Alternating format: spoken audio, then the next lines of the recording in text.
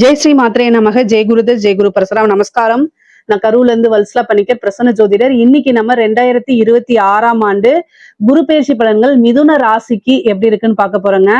இந்த குரு பயிற்சி எப்போ வருது அப்படின்னா, திருக்கணிதப்படி 1/6 ஜூன் மாசம் 1ஆம் தேதி 2026. அதே மாதிரி வாக்கியப்படி 26/5/2026 வருது. திருக்கணிதப்படியும் வாக்கியப்படியும் சும்மா ஒரு 2-3 நாள் தான் வித்தியாசமா இருக்கு. அதனால நம்ம எது ஃபர்ஸ்ட் வருதோ அதை எடுத்துக்கலாம். அப்படி பார்த்தா வாக்கியப்படி மே மாசம் 26ஆம் தேதி 26/5/2026 வைகாசி மாசம் 12ஆம் தேதி செவ்வாய்க்கிழமை காலை 11:05 ஹஸ்த நட்சத்திரத்துல குரு மிதுன ராசியில இருந்து கடக ராசிக்கு பயிற்சி ஆகுறாருங்க. இவ்வளவு நாள ஜென்ம குரு இருந்திருக்கும். அப்பப்போ உங்களுக்கு டென்ஷன் இருந்திருக்கும். இருந்தாலும் நிறைய மாற்றங்களை சந்திச்சிருப்பீங்க. இப்ப குரு 2ஆம் இடத்துக்கு வராரு. 2ஆம் இடத்துக்கு என்ன செய்யறாரு? உச்சமாகிறாரு. சோ 7-10 கூடையவர் குரு. அவரு 2ஆம் இடத்துக்கு உச்சம் பெற்று உங்களுக்கு எதை பாக்குறாரு? 6ஆம் இடத்தை பாக்குறாரு, 8ஆம் இடத்தை பாக்குறாரு, 10ஆம் இடத்தை பாக்குறாரு. உங்களுடைய ராசிக்கு நன்மைகள் நிறைய இருக்கு. காசு, பணம், பொருளாதாரம் அப்படிங்கிறது உயர்வான நிலையத்தான் குறிக்க போகுது. நீங்க எந்த அளவுக்கு ஹார்ட் ஒர்க் போடுறீங்களோ அந்த அளவுக்கு குரு உச்சம் பெற்று பார்வையினால உங்களுக்கு நல்ல காசு, பணம், பொருளாதார வளர்ச்சிய குரு சேர்க்க போறாருங்க. குரு 2ஆம் இடத்துல உச்சம் பெறுது. இந்த 12 வருஷத்துக்கு ஒரு தடவை தான் குரு உச்சம் பெறுவாருங்க. இது மிதுன ராசியை பொறுத்த வரைக்கும் 2ஆம் இடம்ங்கிறது பெரிய விஷயம். ஏன்னா 2ஆம் இடம்ங்கிறது குடும்பஸ்தானம், வருமான ஸ்தானம்ங்க. அப்போ குடும்பத்துல இவ்வளவு நாள எவ்வளவு விஷயங்கள், கெட்ட விஷயங்கள் நடந்தா அத்தனையுமே மாறி நன்மைகள் நடக்க போகுது. குடும்ப ரீதியாக நல்ல ஒரு இணக்கமான ஒரு சூழ்நிலை, குடும்பத்தாருடைய ஆதரவுகள் கிடைக்கும், வருமானம், நல்ல வருமானம் வரப்போகுதுங்க. குரு உங்களுக்கு 7-10 கூடையவருங்க. தொழில் ஸ்தானத்தையும் பாக்குறாரு குரு. அதுதான் இங்க சிறப்பு. முக்கியமா என்னன்னா தொழில அதிகமா கவனம் செலுத்துங்க. கொஞ்சம் சோம்பேறித்தனத்தை ஒதுக்கி வச்சுட்டு, மிதுன ராசிக்காரங்களுக்கு சோம்பேறினா கோபம் வந்துருது. பொதுவாவே கன்னி ராசி, மிதுன ராசி இதுல யாரு ரொம்ப தொழிலா இருந்தாலும் சரி, உத்தியோகமா இருந்தாலும் சரி ஆக்டிவேட்டா இருப்பாங்க. ரொம்ப எப்ப எனி டைம் அதுலயே இருக்கிறவங்க கன்னி ராசி தான். மிதுன ராசிக்கு கொஞ்சம் இந்த ரசிப்புத்தன்மை, கலை ரீதியா இதா இருக்கனால அவங்க கொஞ்சம் லைட்டா சோம்பேறித்தனமா இருப்பாங்க. அதெல்லாம் கொஞ்சம் மாத்திட்டு மிதுன ராசிக்காரங்க உழைப்புன்னு நீங்க இருந்துட்டீங்க அப்படின்னா வருமானம் அதிகமா இருக்கு. 12 வருஷத்துக்கு ஒரு தடவை தான் வருவாரு குரு, உச்சம் பெறுவாரு. அதனால தயவு செய்து இந்த வருடம் கொஞ்சம் போக்கஸ்டா இருங்க. போக்கஸ்டா இருந்தீங்கனாலே நீங்க உங்களுடைய லைஃப் டைம்ல எவ்வளவு காசு பணம் சம்பாதிக்கணுமோ அதுக்கு உண்டான வழி உங்களுக்கு குரு காமிச்சுவாரு. குரு வழிகாட்டுறதுன்றதுக்கு இல்லையா, அது எந்த ராசிக்கு இருக்கோ இல்லையோ உங்க ராசிக்கு இருக்கு. சோ நீங்க என்ன பண்ணணும் அப்படின்னா, உங்களுடைய விஷயங்களை என்ன பண்ணணும்னு எழுதி பாருங்க. மிதுன ராசிக்காரங்களுக்கு எழுதி பாக்குறது நன்மைகளை சேர்க்கும். எப்படி நம்ம முன்னேறலாம் அப்படின்னு சொல்லி உங்களுக்குள்ளேயே இதுல ஓட விடுங்க. கட்டாயம் சக்சஸ் ஆயிருவீங்க. குரு உச்சபலம் பெற்றுக்கிறது எவ்வளவு சிறப்பான விஷயம் தெரியுங்களா? இந்த வருஷத்தை நீங்க தவற விட்டுட்டீங்கன்னா 12 வருஷம் வெயிட் பண்ணணும், அவ்வளவுதான். ஏன்னா குரு உச்சம் பெறது 12 வருஷத்துக்கு ஒரு தடவை தான் நடக்க போகுது. அதனால வருமானம்ங்கிறது பல வகை. இந்த வழியில இருந்து தான் உங்களுக்கு வருமானம் அப்படின்னு சொல்லவே முடியாது. பல வகைகள்ல இருந்து வருங்க. தொழில அபிவிருத்தி பண்ணலாம். தொழில் ஸ்தானத்தை குரு பாக்குறாரு. அப்ப புதுசா தொழில் தொடங்கலாமான்னா தாராளமா தொடங்கலாம். உத்தியோக ரீதியா நல்ல அமைப்புகள் இருக்கு. இல்லைங்க எனக்கு சொந்த தொழில் செய்யக்கூடாது அப்படின்னு இருக்கு அப்படின்னா பார்ட்னர்ஷிப் போட்டு நீங்க தொடங்கலாம். உங்ககிட்ட காசு பணம் இருக்கு, இன்வெஸ்ட்மெண்ட் பண்றதுக்கு பணம் இருக்கு அப்படின்னாலும் குரு உங்களுக்கு 7 கூடையவரா இருக்கனால பார்ட்னர்ஷிப் போட்டு தொடங்கலாம். ஆனா உங்களுடைய ஜாதகத்துல தொழில் ஸ்தானம் எப்படி இருக்கு, பார்ட்னர்ஷிப் ஸ்தானம் எப்படி இருக்குங்கிறதெல்லாம் பார்த்துட்டு தொடங்குங்க. ஏன்னா நீங்க லக்னம் வேற இதுல நீங்க பிறந்திருக்கலாம். அதனால அதையெல்லாம் யோசிச்சு பார்த்துட்டு அதுக்கப்புறம் ஸ்டார்ட் பண்ணிக்கோங்க. ஆனா கோச்சார ரீதியா தொழில் ஸ்டார்ட் பண்றதுக்கு இந்த டைம் நல்ல டைம் தான். சிறப்பான காலங்களும் நேரங்களும் ஒத்து வருது. அதனால நீங்க ஸ்டார்ட் பண்ணிக்கலாம். வருமானம் நல்லா வரும். ஏற்கனவே ஒரு தொழில் நஷ்டத்துல போயிட்டு இருக்குன்னு வச்சுக்கோங்களேன். இந்த டைம் கொஞ்சம் கூடுதலான உழைப்பை நீங்க போடும்போது நல்ல காசு பணத்தை நீங்க எடுத்துடலாங்க. நிறைய அமைப்புகள் இருக்கு, நன்மைகள் இருக்கு. காசு பணத்தை எடுத்துடலாம். அதே மாதிரி கடன் ரீதியா இருக்கக்கூடிய பிரச்சனைகள் நிவர்த்தி ஆகுங்க. ஏதாவது ஒரு பிரச்சனையில போய் நீங்க மாட்டிட்டு இருந்திருப்பீங்க. அந்த இதுக்கு இந்த காலகட்டத்துல நல்ல விடிவு காலம் பிறக்கும். ஏன் அப்படின்னா குரு உங்களுக்கு 2ஆம் இடத்துல உச்சபலம் பெறாரு. பொதுவா குருநாதர் வழிபாடு பண்ணுங்க.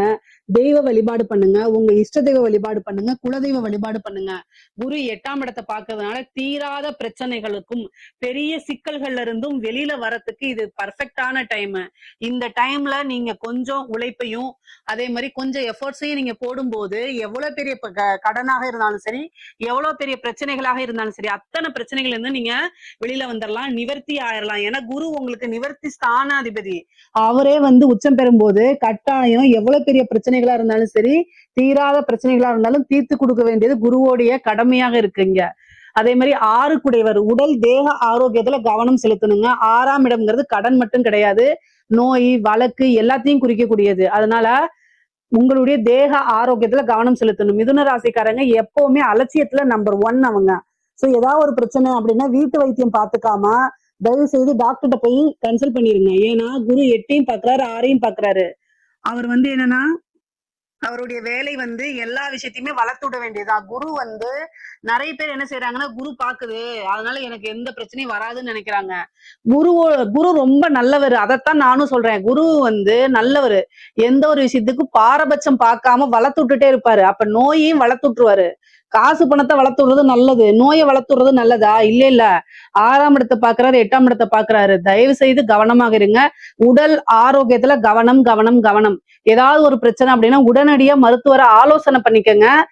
1000 500ல செலவை வந்து முடிச்சுக்கங்க. அது வந்து லட்சக்கணக்குல கொண்டு போய் விட்டுறாதீங்க. அதே மாதிரி 8ஆம் இடத்தை பாக்குறாரு. நீங்க வண்டி வாகனங்கள்ல போகும்போது கவனமாக போங்க. ஏன் அப்படின்னா 8ஆம் இடம்ங்கிறது வந்து பாத்தீங்கன்னா விபத்தை குறிக்கக்கூடிய இடம். சோ அதனால வண்டி வாகனங்கள்ல போகும்போது நீங்க நல்லாதான் போவீங்க, கரெக்டா ஓட்டினாலும் நமக்கு நேரங்காலம் சரியில்லைன்னா ஆப்போசிட்ல இருந்து வந்து இது பண்ணுவாங்க. அதனால ரொம்ப ரொம்ப கவனமாக இருக்கணும். வண்டி வாகனங்கள்ல போகும்போது கவனமாக போங்க. அதே மாதிரி தேக ஆரோக்கியத்துல ஏதாவது சர்ஜரி இந்த மாதிரி பிரச்சனைகள் வரத்துக்கு அமைப்புகள் இருக்கு. குரு வந்து மருத்துவ செலவை கொடுக்க போறாரு, மருத்துவ விரயத்தை கொடுக்க போறாரு. 2ஆம் இடத்திலே உச்சம் பெறனால கண் அறுவை சிகிச்சை நிறைய பேத்துக்கு நடக்கிறதுக்கு வாய்ப்பு இருக்கு. அதே மாதிரி குடும்பத்துல இருக்கவங்களுக்கு மருத்துவ செலவு இருக்குது. இதெல்லாம் கவனமாக இருங்க. வருமானம் பல வகையில இருந்து வந்துருங்க. அதே மாதிரி கோர்ட்டு கேஸ் பிரச்சனைகள் இருக்கு அப்படின்னா அது எல்லாமே சால்வ் ஆக போகுது. மெயினா வந்து நீங்க யார் மேல கேஸ் போட்டிருக்கீங்க, அந்த இதுக்காக தீர்ப்புக்காக வெயிட் பண்ணிட்டு இருக்கீங்க அப்படின்னா அது எல்லாமே உங்களுக்கு சால்வ் ஆயிரும். ரொம்ப நல்ல அமைப்புகள் இருக்குங்க. வெற்றி அப்படிங்கிறது உங்க பக்கம் தான் இருக்கு. ஏன்னா குரு வந்து 6ஆம் இடத்தை பாக்குறாரு. 6ஆம் இடம்ங்கிறது வெற்றி ஸ்தானம். அது இல்லாம உச்சபலம் பெற்று பாக்குறதுனால எவ்வளவு பெரிய பிரச்சனையா இருந்தாலும் சரி, எவ்வளவு பெரிய கேஸா இருந்தாலும் சரி, ஈஸியா உங்களுக்கு ஃபேவரா மாறுறதுக்கு உண்டான அமைப்புகள் இருக்கு. கடனை இந்த வருஷம் நீங்க தீர்த்தரலாங்க. இந்த 2026 வந்து முடியும் போது கடன் பிரச்சனை அப்படிங்கிறது உங்களுக்கு இருக்காது. எவ்வளவு பெரிய கடனா இருந்தாலும் அதுக்குன்னு ஒரு சோர்ஸ் கட்டாயம் வந்து உங்களுக்கு வந்துரும். நீங்க அதை எப்படி ஹேண்டில் பண்றீங்கிற விஷயத்தையும் பொறுத்துதான் இருக்குது. கடன் அப்படிங்கிறது வந்து 6ஆம் இடமா இருக்கனால குரு வந்து உங்களுக்கு பாக்குறாரு. 7 கூடையவர் நிவர்த்தி ஸ்தான அமைப்பு கூடையவரே குரு தான் உங்களுக்கு. அப்ப கடன்ல இருந்து கட்டாயம் ஒரு நிவர்த்தி ஆயிரும். நீங்க கடன் தீர்றதுக்கு என்ன பரிகாரம் அப்படிங்கறது நம்ம சேனல்ல போட்டிருப்போம். அதை நீங்க போய் பாருங்க. அதை பார்க்கும்போது அதுல இருக்க விஷயங்கள் ரொம்ப எளிமையாக இருக்கும். அந்த விஷயங்களை செய்யும் போது குரு பிராப்தமும் இந்த கோச்சாரத்துல வரும்போது கடன்ல இருந்து ஈஸியா வெளியில வர்றதுக்கு உண்டான அமைப்புகள் இருக்கு. அதே மாதிரி 8ஆம் இடத்தை பாக்குறதுனால பெண்களை பொறுத்த வரைக்கும் அது மாங்கல்ய ஸ்தானமா இருக்கனால கணவருடைய தேக ஆரோக்கியத்துல கவனம் தேவை. கணவனாக இருந்தால் மனைவியும், மனைவியாக இருந்தால் கணவனும் ஒருவரை ஒருவர் அனுசரிச்சு செல்லணும். குடும்ப நபர்களுடைய ஆதரவுகள் கிடைக்கும். அதே நேரத்துல லைஃப் பார்ட்னர்ஸ் கிட்ட வந்து ரொம்ப அட்ஜஸ்டபிளா நடக்கல அப்படின்னா 6ஆம் இடத்தை பாக்குறதுனால சண்டை சச்சரவுகள் வரும், வழக்குகள் போறதுக்கு உண்டானது வரும். சாதாரணமா ஒரு விஷயத்த சாரின்னு கேட்டு சிம்பிளா முடிக்கிறத விட்டுட்டு பிரச்சனைகளை வளர்த்தீங்க அப்படின்னா அது போய் 3ஆம் இட நபர்களுடைய தலையீடு வந்துடும். கோர்ட்டு கேஸ் வந்துடும். அப்புறம் டைவர்ஸ்ல போய் முடிஞ்சிடும். அதனால தேவையில்லாத பிரச்சனைகளுக்கு இடம் கொடுக்காதீங்க. 10ஆம் இடத்தை பாக்குது, கர்மாஸ்தானம். அதனால மனதுக்கு பிடித்த நபர்கள் பிரியறதோ அல்லது இழப்புகளோ ஏற்படுறதுக்கு வாய்ப்புகள் இருக்கு. முக்கியமா வந்து தாய் தந்தையருக்கு கர்மா அப்படிங்கனாலே நீங்க செய்யக்கூடிய விஷயங்கள் தான். யாருக்காவது ஒருத்தருக்கு கர்ம காரியங்கள் செய்யக்கூடிய அமைப்புகள் வந்துடும். ஏற்கனவே அங்க கர்ம காரகன் சனி இருக்காரு. அவரையும் குரு சேர்ந்து பார்க்கும்போது இந்த பிரச்சனைகள் வரதுக்கு வாய்ப்பு இருக்கு. குரு பிரீத்தி பண்ணிக்கங்க. குருவுக்கு பரிகாரம் பண்ணுங்க. என்ன பரிகாரம் பண்ணணும் அப்படின்னா, வியாழக்கிழமை தட்சிணாமூர்த்தி வழிபாடு, முல்லைப்பூ இருக்கு இல்லைங்களா, அதுல மாலை தொடுத்து 2 நெய் தீபம் போட்டு அவருக்கு வழிபாடு பண்ணுங்க. அது ரொம்ப ரொம்ப சிறப்பு. உங்களால என்ன முடியுதோ அதை மட்டும் செய்யுங்க. ரொம்ப சிரமப்பட்டு நீங்க செய்ய வேண்டாம். எனக்கு உத்தியோகம் போகணும், ஸ்கூல் போகணும், காலேஜ் போகணும், நான் வேலையா இருக்கேன், என்னால முடியல அப்படின்னா அதுக்காக மனசு வருத்தப்படாதீங்க. உங்களால என்ன முடியுதோ அதை மட்டும் தெய்வத்துக்கு ஆத்மார்த்தமா செஞ்சா போதும். சிவபெருமான் வழிபாடு பண்ணிக்கங்க, தட்சிணாமூர்த்தி வழிபாடு பண்ணிக்கங்க, நவகிரகங்கள்ல குரு பகவான் ஒருத்தர் இருப்பாரு, மஞ்சள் கலர் ட்ரெஸ் போட்டுட்டு அவரை போய் வழிபாடு பண்ணிக்கங்க. இதெல்லாம் பண்ணும்போது உங்களுக்கு நன்மைகள் அதிகமாகவும் தீமைகள் ரொம்ப குறைவாகவும் இருக்கும். பெண்களை பொறுத்த வரைக்கும் உங்களுக்கு காசு பணம் பல வகைகள்ல இருந்து வரும். ஏன்னா வருமான ஸ்தானத்துலதான் குரு இருக்காரு. குடும்பத்தோருடைய ஆதரவுகள் உங்களுக்கு அதிகமாக கிடைக்கும். அதே மாதிரி ஆடை ஆபரண சேர்க்கை இருக்குது. 10ஆம் இடத்தை பார்க்கறதுனால நீங்க வேலைக்கு போகக்கூடிய அமைப்புகள் இருக்கு. ஒரு புதுசா தொழில் ஸ்டார்ட் பண்ணக்கூடிய அமைப்புகள்லாம் இருக்கு. நிறைய காசு பணம் சேர்க்கக்கூடிய அமைப்புகள் இருக்கு. குடும்பத்தாருடையது வந்து பிரச்சனைகள்லாம் இருக்கும் பாத்தீங்களா, அதெல்லாம் நீங்கிறது. 8ஆம் இடத்தை பாக்குறதுனால நீங்க வெளியில போகும்போதோ அல்லது வரும்போதோ என்னன்னா இன்ஃபர்மேஷனை ஷேர் பண்ணுங்க. வீட்லயோ அல்லது அப்பா அம்மா கிட்டயோ அல்லது கணவர்கிட்டயோ சொல்ல முடியாத ஒரு விஷயம் மிக தவறான விஷயம். அதை நீங்க செய்யக்கூடாது. உங்களுக்கு ஆசைப்பட்ட விஷயங்களை மத்தவங்ககிட்ட சொல்லிட்டு அதை செய்யுங்க. நீங்க ஒரு இன்ஃபுளுசரா இருந்தீங்கன்னா எல்லா விஷயங்களையும் நீங்க ரொம்ப கவனமாக இருக்கணும். சோசியல் மீடியால வந்து பாத்தீங்கன்னா பர்சனல் சாட்ஸ் எல்லாம் போய் பண்ணாதீங்க. அதெல்லாம் வந்து 8ஆம் இடம்ங்கிறனால ஏதாவது ஒரு பிரச்சனைகளோ அவமானங்களோ தேடி தந்துடும். அதனால ரொம்ப கவனமாக இருங்க. தெய்வத்துடைய துணையை தேடிக்கிறது ரொம்ப ரொம்ப நல்லது. படிக்கக்கூடிய குழந்தைங்களுக்கு எல்லாம் படிப்பு நல்லா வருங்க. ஏன் அப்படின்னா 2ஆம் இடம்ங்கிறதே வாக்கு ஸ்தானம் தான், கல்வி ஸ்தானம் தான். அதனால படிக்கக்கூடிய குழந்தைங்களுக்கு படிப்புல நல்ல ஆர்வம், நல்ல ஞாபக திறனு, நல்ல மதிப்பெண்கள் எடுத்து தேர்ச்சி பெறக்கூடிய அமைப்புகள்லாம் இந்த வருடம் உங்களுக்கு இருக்கு. அதே மாதிரி பொலிட்டீஷியன்ஸ்க்குலாம் நல்ல அரசியல்வாதிகளுக்கெல்லாம் நல்ல காசு பணம் சம்பாதிக்கக்கூடிய அமைப்புகள் இருக்கு. பொதுவாவே வந்து இந்த வருடம் குருபலம் இருக்கா திருமணத்துக்கு அப்படின்னா 8ஆம் இடத்தை தான் பாக்குது. அதனால 2ஆம் இடம்ங்கிறது குடும்பஸ்தானம். அதனால 50% தான் குருபலம் இருக்கு திருமணத்துக்கு. ஆனா உங்களோட ஜாதக ரீதியா குரு 7ஆம் அதிபதியோடைய திசாவோ புத்தியோ நடக்கும் பட்சத்தில் குருவும் 2ஆம் இடத்துல இருக்கிறனாலையும் நீங்க என்ன செய்யலாம் அப்படின்னா திருமணத்துக்கு தாராளமா போய்க்கலாம். ஆனா 7ஆம் இடத்தை பார்த்தாதான் குருபலம் 100க்கு 100% பரிபூரணமாக இருக்குன்னு அர்த்தம். இங்க வந்து 7ஆம் இடத்தெல்லாம் பார்க்கல, 6ஆம் இடத்தை தான் பாக்குது. ஆனா ஜாதக ரீதியா சில பேத்துக்கு தசாபுத்திகள் அப்படிங்கிற விஷயங்கள் 7ஆம் இடத்துல இருக்கிறது, 7ஆம் அதிபதியோடது லக்னத்துக்கு அது மாதிரி பார்த்து பண்ணுவாங்க. அது மாதிரி பண்றதுனா நீங்க தாராளமா பண்ணிக்கலாம். பொதுவா 10ஆம் இடத்தை பாக்குறதுனால இந்த வருடம் எதுக்கு அதிகமா சப்போர்ட் பண்றதுன்னா தொழில், உத்தியோகம், வருமானம் இந்த 3 விஷயங்களுக்கு தான் குரு அதிகமா சப்போர்ட் பண்றாரு. அதனால பொருளாதார வாழ்க்கைய இந்த வருடம் வந்து நல்ல உயர்வான நிலைக்கு எடுத்துட்டு போறது உங்களோட கையில தான் இருக்குது. அது குரு பகவான் வந்து கொடுத்துருவாரு. ஏன்னா உச்சபலம் பெற்றிருக்கனால அதை கொடுக்கறதுக்கு அவர் தயாரா இருக்காரு. வாங்குறதுக்கு நீங்க தயாரா இருந்துக்கங்க. இதுல ஏதாவது சந்தேகங்கள் இருக்கு அப்படின்னா கமெண்ட்ஸ்ல கேளுங்க, கட்டாயம் நான் ஆன்சர் பண்றேன். நம்மளுடைய சேனலை லைக் பண்ணுங்க, ஷேர் பண்ணுங்க, சப்ஸ்கிரைப் பண்ணுங்க. நன்றி, வணக்கம்.